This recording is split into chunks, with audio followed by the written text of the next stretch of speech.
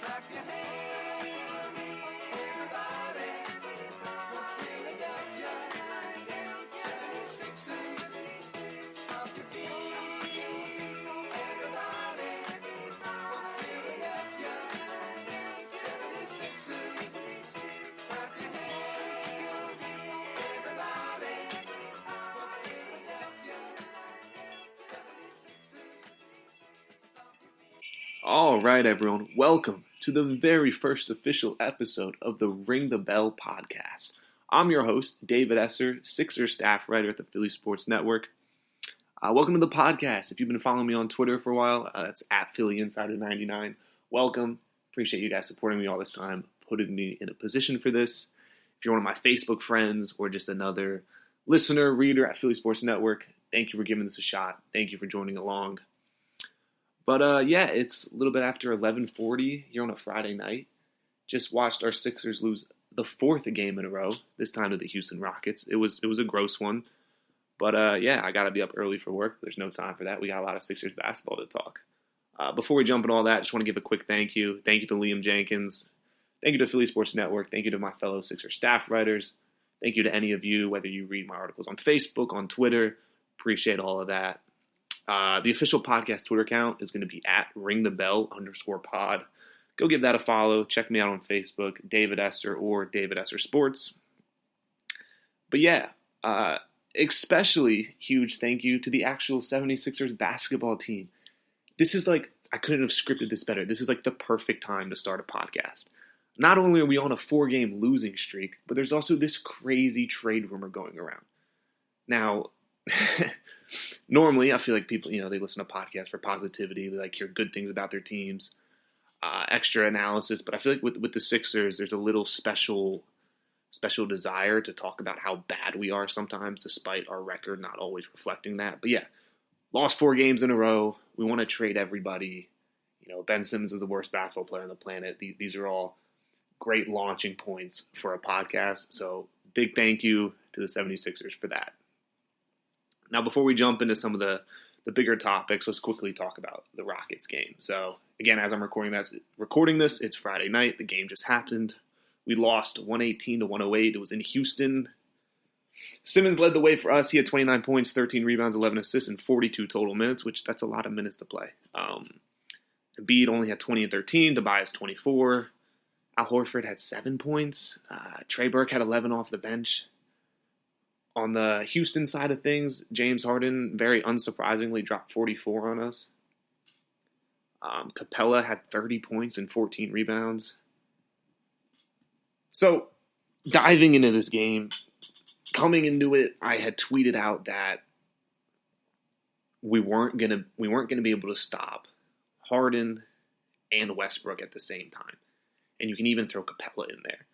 They are too high-tempo, too fast-paced, too offensively gifted of a team. And if you ever, Mike D'Antoni, their coach, they just want to score. That's what they do. It doesn't really work in the playoffs, but in the regular season, they're phenomenal at it. So I mentioned in my tweet, we weren't going to win this game with defense. We had to win it via our offense, and we had to outscore Houston.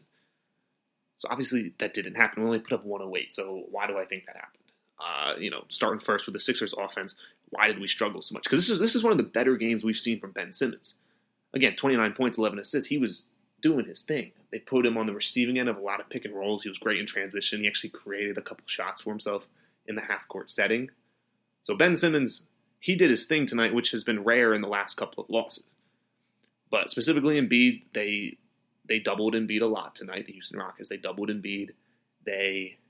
I've talked about this on social media before with other Sixers fans. Embiid doesn't do great in double teams. He kind of freaks out. He does a poor job of looking for the outlets. And even when he does find the outlets, we don't have a huge array of shooters around Embiid for him to knock down shots. These aren't new problems. These have been around for a while. But just specifically as I watched the offense, we would get in these kind of moments where it was like, okay, get the ball across half court, 20 seconds on the shot clock. And then Embiid would go in the post, kill 5 seconds, kick it out.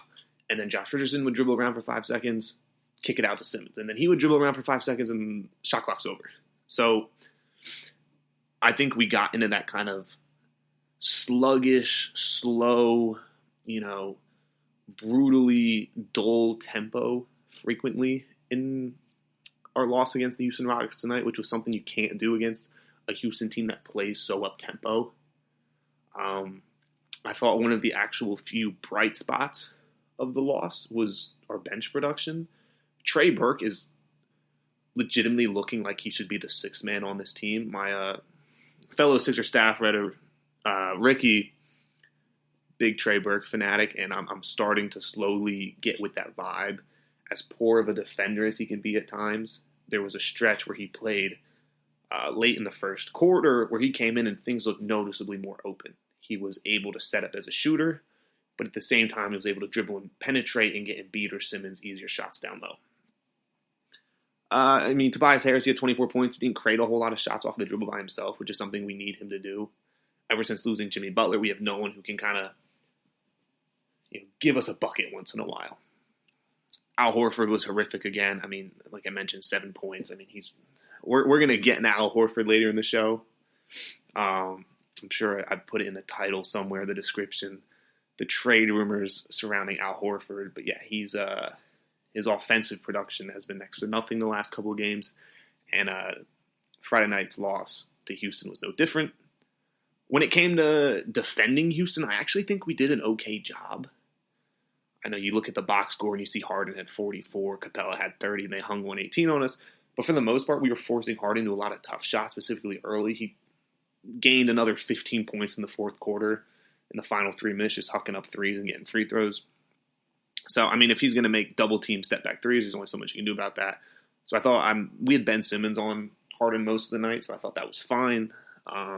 Capella was the real concerning one. He just looked significantly faster than Embiid most of the night, where he would either sprint down the court and get a cheap one, or they would run the kind of pick-and-roll lob set where Capella would kind of sprint backdoor almost. Harden would attack and just throw it up, and Embiid didn't have the speed or athleticism to keep up with that. But yeah, fourth loss in a row. This was probably one of the least worst losses, if that makes sense. Obviously the Magic one was gross, and the Pacers one was a blowout, and the Heat one has it falters late. This is a game I didn't, looking at the schedule, I didn't think the Sixers were ever going to win. I think they match up horribly against the Rockets. The Rockets are just too fast. But again, 118, 108, it's not the end of the world. It would have been nice to stop a losing streak. But this was absolutely going to always be a tough matchup for us on the road in Houston against a very offensively gifted roster. Now, moving forward, it's what has been one of the hottest stories in 76ers basketball recently is the Al Horford trade rumors. So before we jump into that, I'd like to give my opinion on the idea of trading Al Horford. I think it's pretty clear he hasn't worked out as a signing. I remember when it was announced that we were going to sign him over the summer, I immediately hated the deal. He was old. He played the same position as Embiid. He couldn't really shoot. It was a lot of money. As the weeks went on, as we saw him earlier in the season, I kind of bought myself back into it. I was like, hang on, Al can work. He's going to give Embiid days off. He's going to give Embiid time to rest. This is all going to work out. He's going to shoot better. Defensively, he's going to help us a ton against the Bucks, yada, yada, yada. So I'm looking at his exact stats. So currently in the regular season, he's averaging 12.4 points per game. However, these are his numbers from the last couple of games. Houston, 7 points. Indiana, 5. Miami, 7. Orlando, 7. Milwaukee, he scored 11 on 3 of 12 shooting. Detroit, 9. Washington, 13. Dallas, Miami, both 9. Brooklyn, 10 on 5 of 15 shooting. He's been horrifically bad. Those are below replacement number stats. He's hurting the team more than he's helping the team at this point. So, my thought on trading him is absolutely, if you can find a way to dump his contract, you go ahead and do it. Now, this is kind of where people don't understand. I see this a lot on Facebook, Twitter. People love proposing hypothetical trades. The biggest caveat with an Al Horford trade is going to be his contract. So we're currently paying him $28 million per year over 4 years. So there's two problems with his contract. Number one, being that it's over 4 years.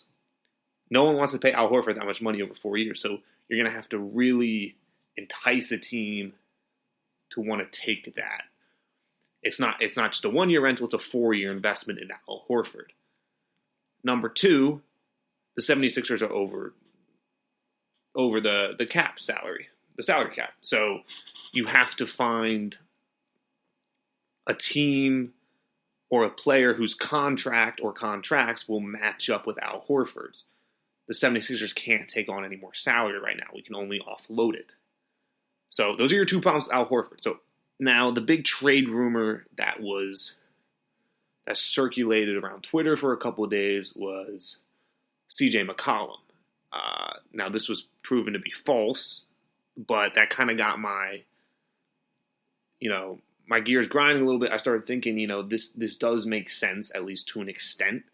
CJ's contract, his salary actually would match up with Al Horford's. So with that in mind, I looked at all the top salaries in the NBA, and I found a couple hypothetical players who, A, would probably make the Sixers better, B, and most importantly, their salary caps match out. So the list I found was DeMar DeRozan, CJ McCollum, D'Angelo Russell, Bradley Beal, Devin Booker, Drew Holiday, and then Kevin Love.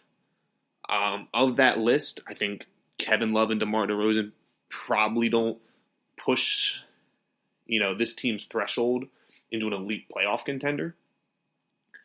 The other players, I think, absolutely do. CJ McCollum can shoot, can create his own shot. D'Angelo Russell, same thing. Bradley Beal is probably the best shot creator out of that list, maybe up there with Devin Booker.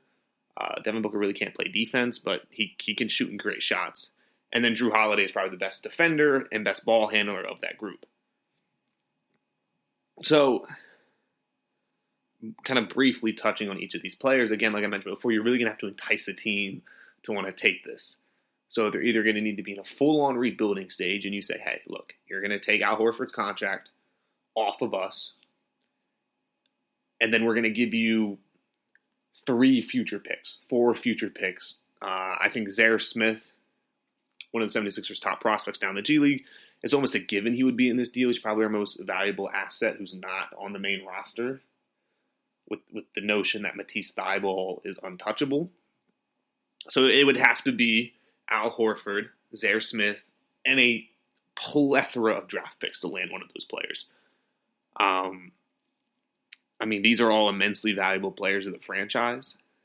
So just pulling up to the team and saying, hey, here's Al Horford, here's Zaire Smith, here's a future second-round pick, that's not going to get it done. So I looked at the 76ers, warehouse of draft picks in the future. They have no first-rounders in 2020 and then potentially 4 in 2021. NBA draft picks are weird. They kind of fluctuate based on swapping and who owns rights to what. But I would say it would probably take 3 of those future 2021 picks, or maybe 2 and 2 second-rounders, 2 and 3 second-rounders. It would be a push all the chips in yet again. As much as I don't want Al Horford on this team anymore, it's kind of like, the grass is always greener on the other side. You trade Al Horford, you push all the chips in, that's kind of your last full send. You traded away all your top prospects for Jimmy Butler. That didn't work out. You sent all your draft picks and one of your top prospects for Tobias Harris. You've already kind of exhausted that resource. So now you're exhausting all your resources yet again to get another new player, and then you're forcing the coaching staff to say, hey, the entire game plan you've been trying to work around Al Horford in the starting 5, screw that. Here's a brand new player. So again, the initial trade rumor that the 76ers had offered Al Horford, the Blazers, not accurate. That didn't actually happen. The hypothetical reasoning behind it makes a ton of sense. I think Al Horford just in general just didn't make a whole lot of sense. Earlier this week, the 76ers played the Indiana Pacers, and this was a game where it was like, here's your opportunity to prove your worth. Embiid's not playing. You've complained about being a power forward. You're going to be the center. You're going to get a lot of touches. I don't think the Pacers have a crit up against Sabonis. He's a weak defender. Go prove to everybody that you're worth the contract, that you're going to turn it around. And it was just an absolute no-show. So, that's concerning. You can't even play the argument of, oh, it's just because he's playing around Embiid. That game, he scored 5 points, had 3 rebounds, 2 assists, and shot 2 of 12 from the field. That's not necessarily the coaching staff's fault. That's not the management staff's fault. That's Al Horford just missing and taking bad shots. So, it is what it is with Al. Would I trade him? Absolutely. Would the trade be difficult and extremely expensive in terms of draft picks? Absolutely. Now, moving on to the second major story that I wanted to discuss in our first podcast episode here was the Joel Embiid / Josh Richardson / kind of open team / Al Horford comments that were made a couple of days ago. It was made on January 2nd. What is that? A Thursday morning, I believe. There was a open practice. Reporters were able to come in, ask questions. And the comments kind of went as follows. I got them laid out here. Pulled these from Kyle Neubeck and Keith Pompey of the Philly Voice. Jay Rich initially said, quote, "I don't think that there's enough accountability in our locker room. ... I think that we got some new guys who don't want to step on toes, including myself. I feel like we kind of go play and don't compete as much." And then Embiid, that same day, when he was asked why he felt the starting lineup was struggling offensively, he responded saying, quote, "We just got to look at ourselves and see what we can do individually. We've got to help each other, even if it means being outside of your comfort zone for the greater good, to help the team win." Meaning that if you got the space to shoot it, you got to do it. We need everybody to buy into that and we'll be fine. And then he talks about healthy and starting lineup, blah, blah, blah. So a lot of people reported this as and kind of interpreted it as both of them taking shots at Ben Simmons. And now this kind of goes two ways for me.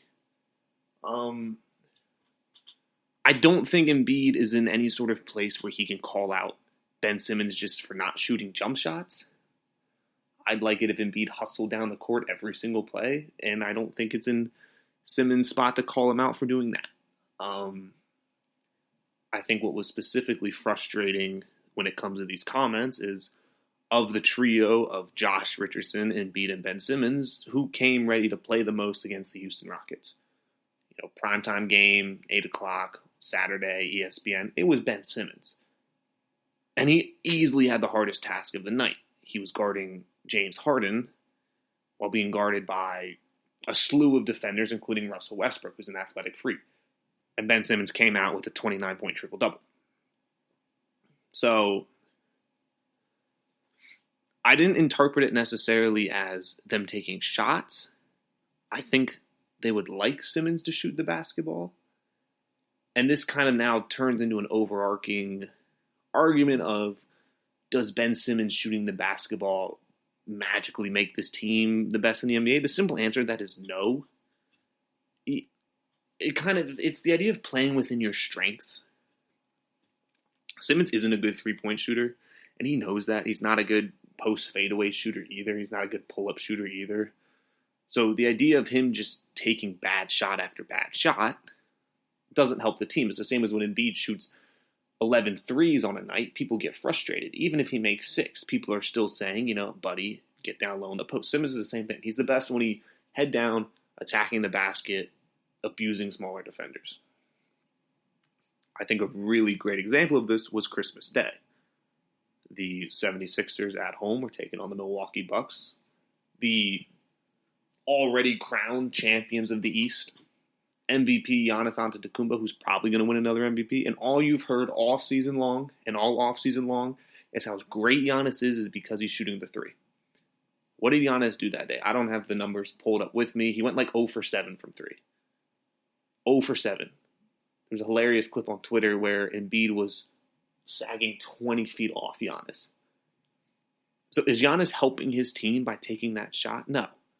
Did the Philly defense respect him more when he was taking those shots? No. I mean, it's hit or miss. I think 2 nights before he shot very well against the Lakers, but it's the idea of, I think, Jay Rich, Embiid, fans obsessing over the idea of, oh, if Simmons just shoots the 3 once in a while. That's not magically changing this team. This team is flawed from a roster construction point, whereas the spacing is off amongst a ton of players. Josh Richardson's not a great 3-point shooter either.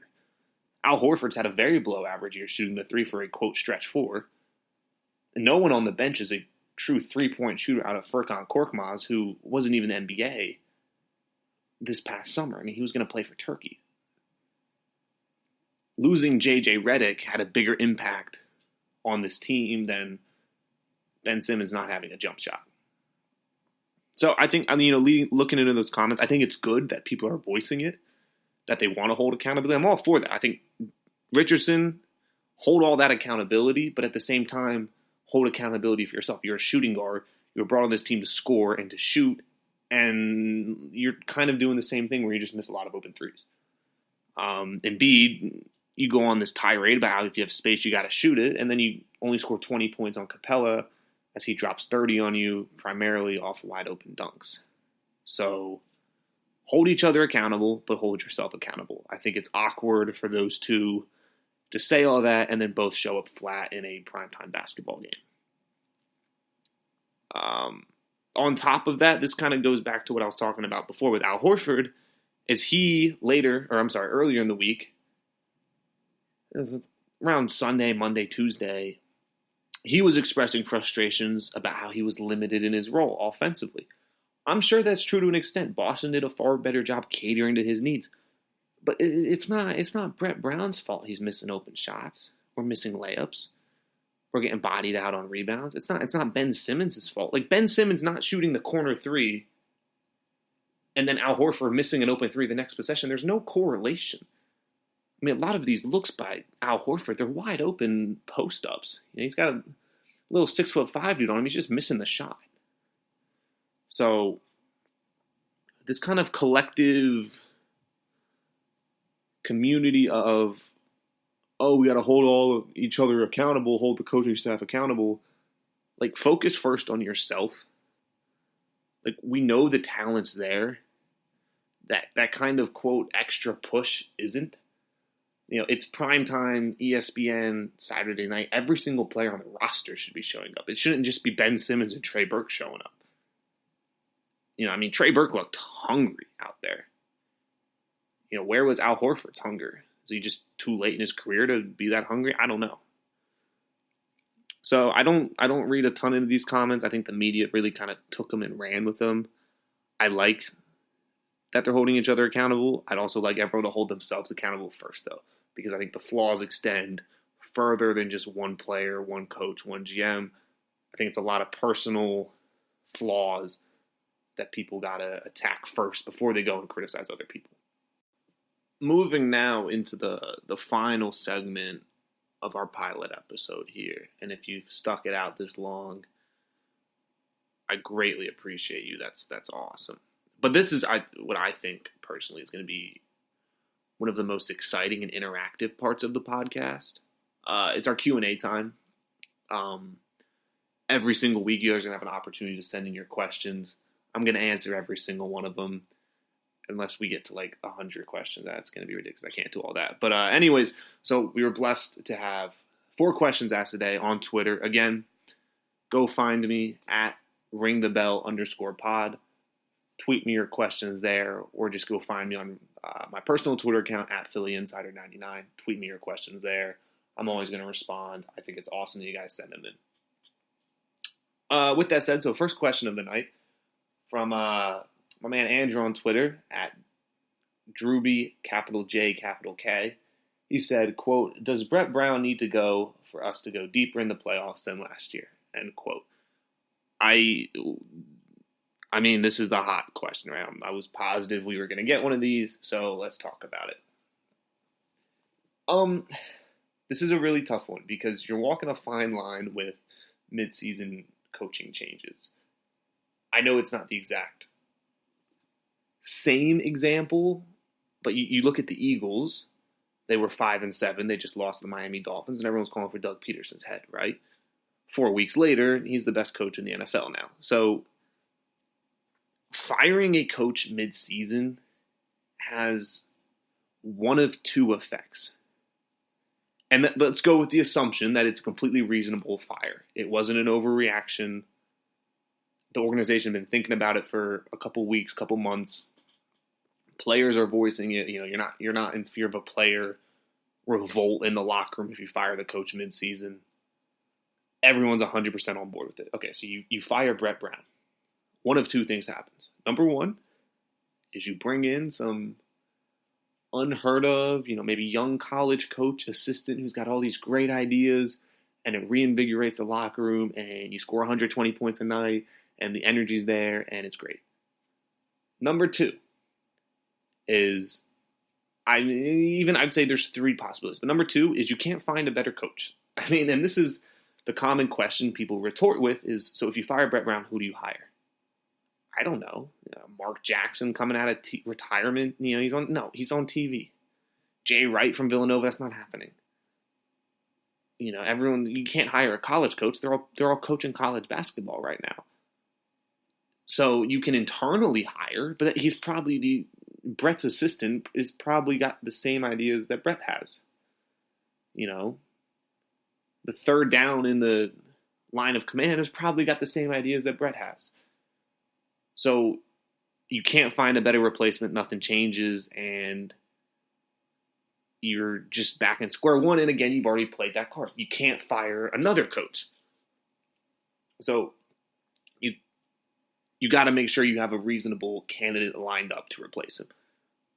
Possibility number three is, let's say you do find a good candidate, and all the players hate him, and Joel Embiid gets into a fight with him on the first day, and he demands a trade because one of the reasons he liked Philly so much was because he'd been with the same coach his entire career. Not many players have that luxury. Ben Simmons and him don't agree. Now Ben Simmons wants to get traded. Josh Richardson wants to go back to Miami. So Al Horford signed, part of the signing maybe was to play with Brett Brown. And now you fire Brett Brown. So I think it's a lot trickier than people think. It's not as simple as just, you fire Brett Brown and now you have some wonder kid coach that just slots right in. Probably not. So kind of circling back to that question, does he need to go for us to go deeper in the playoffs? I don't think so. I think it's very likely that there's a better coach out there than Brett Brown. I don't stand by Brett Brown as the second coming of Phil Jackson. I think there's absolutely coaches out there who can get more from some of our players. But do I think firing Brett Brown is that X factor that no matter who you hire, if you fire Brett Brown, we're going to go deeper in the playoffs? No. I think us going deeper in the playoffs relies primarily on just simple player production. Embiid's health. Is Simmons going to be aggressive? Is Al Horford going to start making shots again? Is Mike Scott going to start making shots again? Some of these issues are outside of the coaching's hands. Is the front office going to go make the necessary moves before the deadline to give any coach a reasonable, shooting threat? I think those all are kind of first in line before you fire the coach. So, personally, I would say I'd rather see us at least pick up a fringe free agent trade, legit three-point shooter before firing Brett Brown. See what you can do with that first. And then even then, I would say trade Al Horford before you fire Brett Brown. Because I think he's very limited in that Al Horford is just a walking cone out there sometimes. But yeah, Andrew, thank you for the question. It's a good question. It's a great question. It's one I don't necessarily have the answer to, but that would be my takeaway from it. But moving on to the next question from my man Vincent James. So that's going to be at Vincent James 03 on Twitter. Me and Vince go way back. He was one of my first readers of some of my initial blog pieces. So Vince, if you're listening, I appreciate you, brother.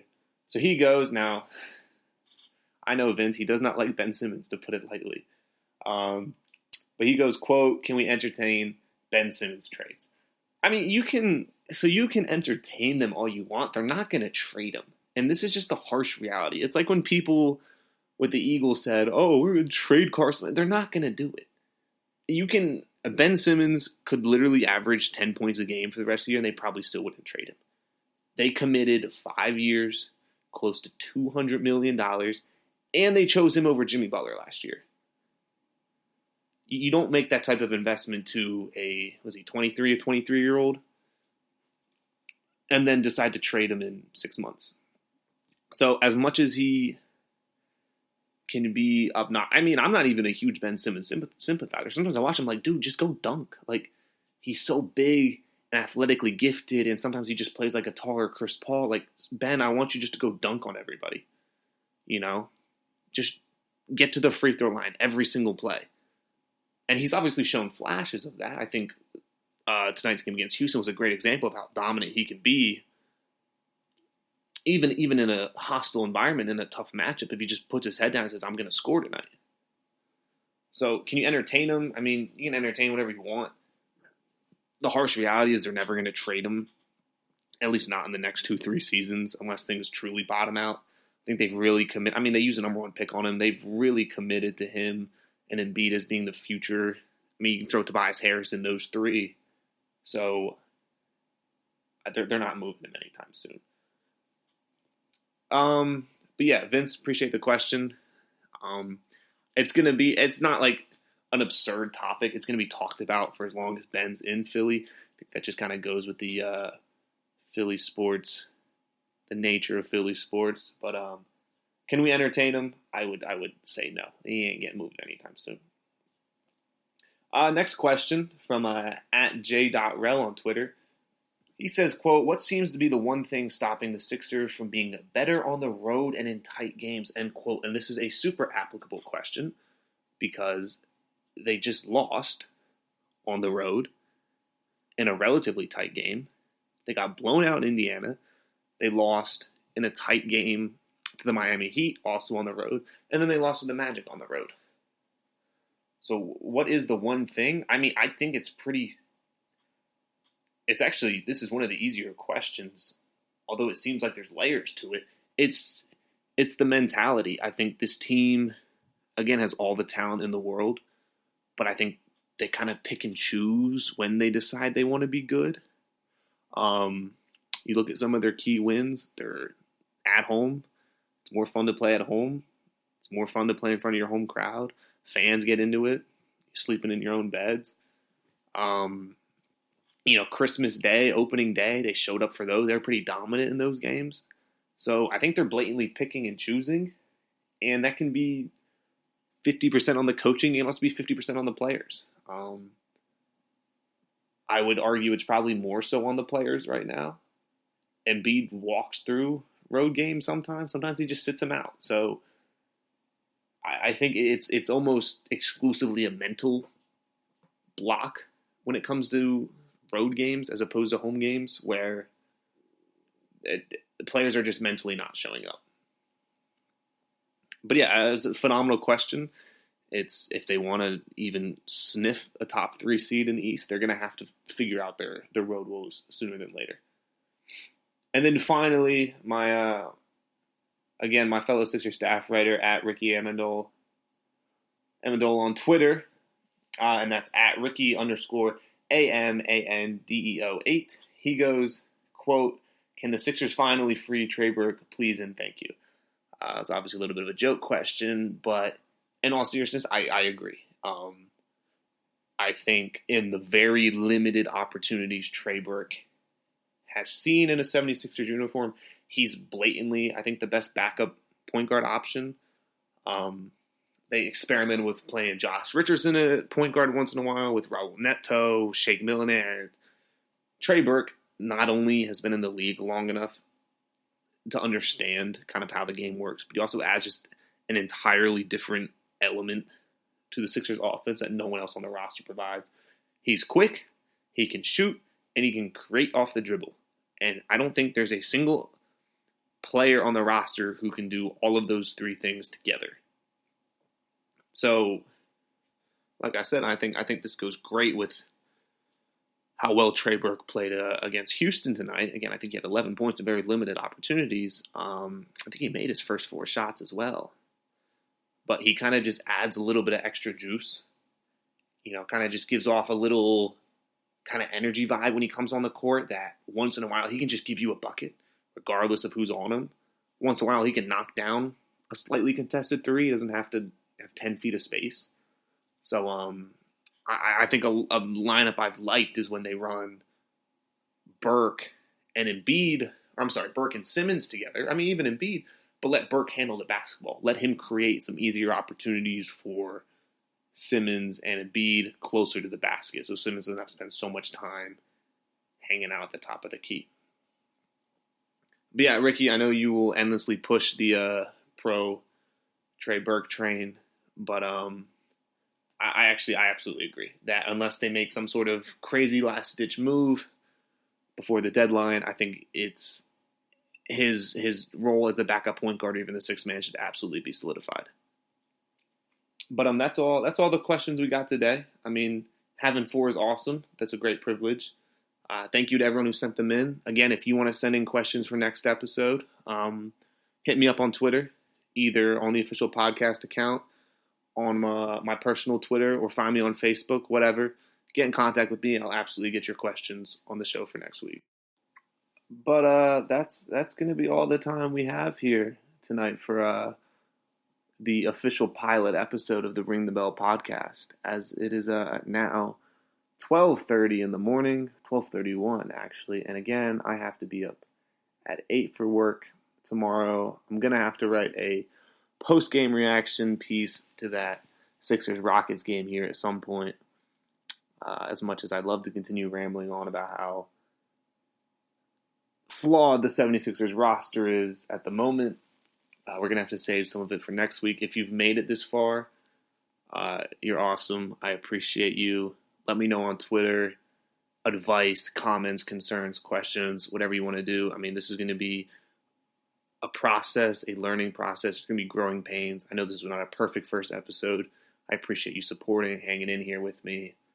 Got all sorts of big ideas. We're going to have guest speakers. I'd love to bring some of the podcast listeners on the show once in a while. It's going to be super fun. I mean, when it comes to the Sixers and Philly sports, there's always stuff to talk about. So, with that said, again, this is your host, David Esser, here with the Philly Sports Network, signing out. Stomp your feet.